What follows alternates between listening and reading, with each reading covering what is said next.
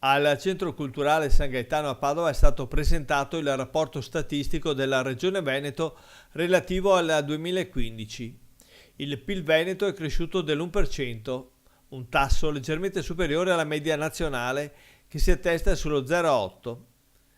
Più di un terzo del prodotto interno lordo proviene dalle esportazioni. Nel 2015 il valore dell'export veneto ha superato i 57 miliardi di euro, segnando un più 5,3% rispetto all'anno precedente.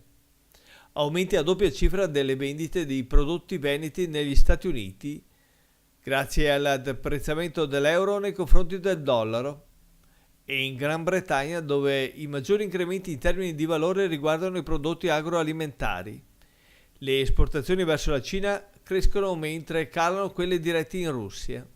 A causa dell'embargo si sono persi circa 500 milioni di euro, più del 30% del valore. Preoccupano i rapporti commerciali con il Regno Unito alla luce della sua uscita dall'Unione Europea. Il fatturato realizzato dalle imprese venete grazie alle vendite in Gran Bretagna oggi ammonta a quasi 3 miliardi e mezzo di euro. Verso questo paese si esportano soprattutto prodotti agroalimentari, il vino in primis. Nel 2015 il Regno Unito è diventato il primo mercato di riferimento per il vino veneto. In termini di valore parliamo di 350 milioni di euro di fatturato, superando addirittura la Germania, lo storico partner commerciale del settore vinicolo regionale. Pur in un contesto generale difficile, il Veneto ha saputo migliorare la sua posizione.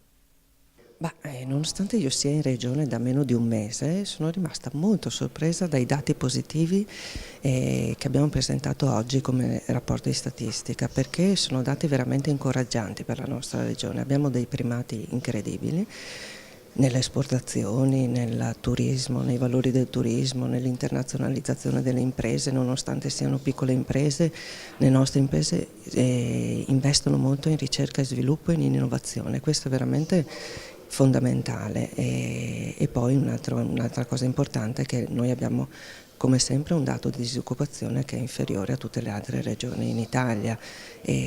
L'anno scorso eravamo secondi, quest'anno abbiamo di nuovo raggiunto il primato, quindi questo è veramente importante e dà segnali di ottimismo per le nostre imprese, per la nostra società, il nostro popolo veneto. L'agroalimentare e il vino in particolare rappresentano per il Veneto settori cardine dell'economia. Direi proprio di sì, bei dati, settori in crescita, e direi che il merito è dei nostri operatori che sono stati eccezionali, sono eccezionali e ci faranno ancora avere bei risultati. Devo ricordare che l'agricoltura da parte sua vale circa 6 miliardi di euro con 160.000 aziende agricole e 350 prodotti tipici. Il turismo 17 miliardi di euro e oltre 70 milioni di presenze turistiche. Il 2015 è stato l'anno del record per il turismo.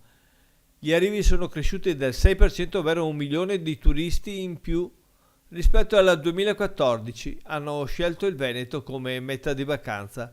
Aumentate anche le presenze, cioè il numero di notti trascorse sul territorio, che hanno superato i 63 milioni. Abbiamo sicuramente delle fasce di turismo culturale, che è quello che si interessa all'economia dei borghi, quello che si interessa a cultura e spettacolo, è la gente che viene a seguire 3 giorni ad esempio all'Arena di Verona. Ovviamente questa è una fascia di consumo, diciamo, turistico-culturale molto elevato. Poi ci sono anche altre realtà molto, molto più semplici. Quando noi parliamo di aspetti culturali, parliamo in realtà di 4 cose, che sono da un lato le industrie che chiamiamo le industrie creative, poi abbiamo le industrie culturali, poi abbiamo ancora tutta quanta l'area delle performing arts e quindi degli spettacoli dal vivo e infine i monumenti, i musei e così via. Ecco, ciascuno di questi fa cultura, ma come vede sono 4 comparti molto interconnessi, ma anche con delle specificità diverse uno dall'altro. Quindi quando noi diciamo turismo culturale è un turismo che lavora su tutte e 4 queste cose e quindi va conosciuto e analizzato. Il turismo è la prima industria del Veneto e contribuisce a dare posti di lavoro. Incoraggiante il dato sulla disoccupazione. Anche quella giovanile registra alcuni sintomi di ripresa. La vera sfida adesso è l'autonomia, chiude Luca Zaia. Lo sviluppo futuro del Veneto, dice, passa di lì.